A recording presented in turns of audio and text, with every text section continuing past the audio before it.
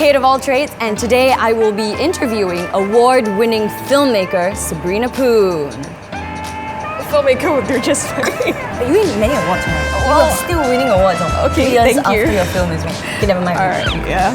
Have you always wanted to be a filmmaker? Well, I mean, I have a lot of dreams when I was younger. So I would say the very first career choice I had as a kid was being an astronaut. Of course, everybody wants to be an astronaut. That's cool. After it started evolving into like wanting to be an architect, interior designing and everything, but then I would love watching films. So I decided, why not just find out like how does films get made?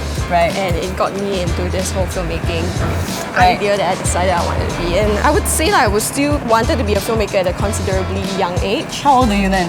Like I realized that there's this whole behind the scenes going on at probably like 8 years old. Because you know when you were kids, right? You started watching all this live drama because I don't get to watch cartoons a lot when I was younger. So as a kid I have this like idea thinking that there's just cameras in everybody's house and then you know like Phua Chu Kang and everything. So it's like they're not aware that there's a camera, so probably that I have a camera in my house too whereby I'm like the Truman Show. Yeah, like constantly being watched. Right. So it's like the same idea. So that's why I thought until I found out this whole like world into filmmaking and like behind the scenes going on. I love it. So my very first student short film was actually creating the fact that this young girl who thinks that there's camera in her house and that's why she's trying to be all prim and proper and trying to put on her best friend.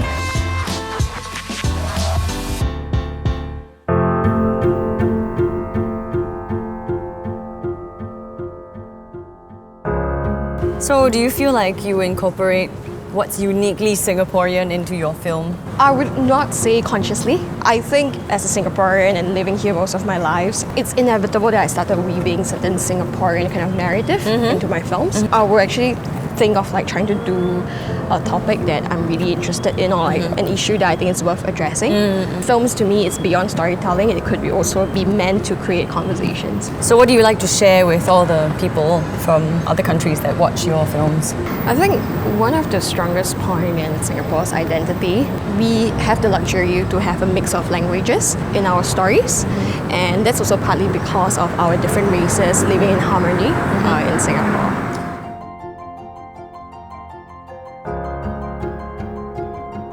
So are any of your short films based on real people? Actually, last year I was commissioned to do a arts and culture short film. It was actually based on the life story of an Indian dancer who kind of cultivated the Indian dance scene in Singapore. Wow. We did have the option of either casting a person that looks like her or based on her life story, but I decided to go with actually just using herself.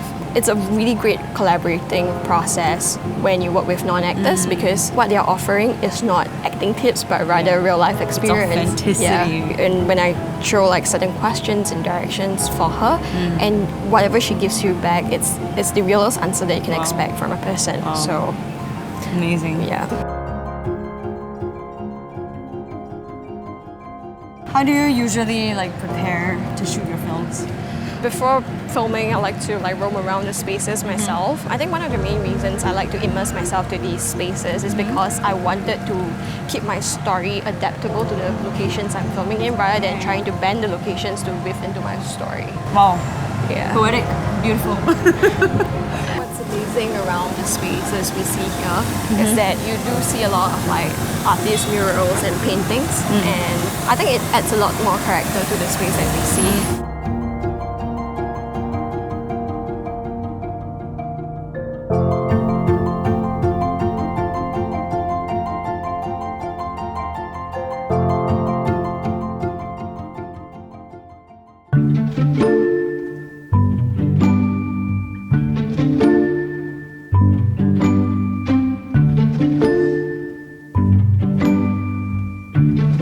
Do you have a few words to describe the film community in Singapore? I would like to think that we are very vibrant in the stories and the themes that we want to share. Truly, because we are so multicultural. That's right. Yeah, we do have an advantage whereby it totally makes sense when we mix different languages and like different races and religion into our narratives. That's right. And that's something that you probably won't be able to see it in any other country just like that. You know, they always say like how Singapore's identity, it's like rojak, and you see this same personality in the films, in the stories we tell as well. So how does it feel to be a part of this vibrant, passionate community? I think for me, like loving films and loving to tell stories since young, it was really heartwarming when you see this pool of like-minded individuals coming together, sharing that same passion. And you're finally part of it, right? Yeah, it's like you're finding like a group, like a group that you belong to, right? And I guess that it applies to a lot of like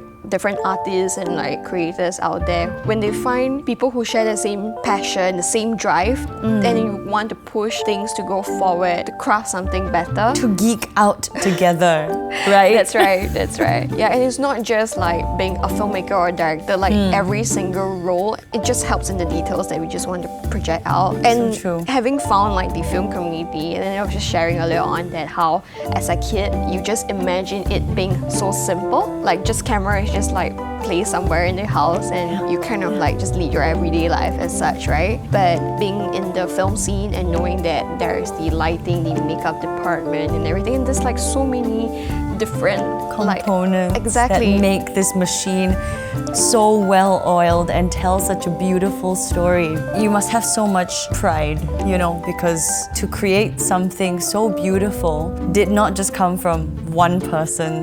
So what is something unique about the film industry in Singapore? Well, I mean, aside from having the ability to talk about like multicultural topics, themes, and having like mixed languages, mixed races coming together, I do think that in the Singapore film community, we do have our advantages in terms of like access to film resources and great local talents that kind of allows us to skip a few steps when we want to get films made in Singapore.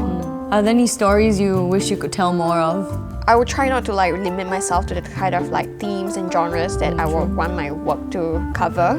But it really depends at that time of the stage of like whatever I'm feeling most passionate about. I would want to feature that. So with everything that's been going on and like circuit breaker disrupting everything, how have you been adapting to all these changes?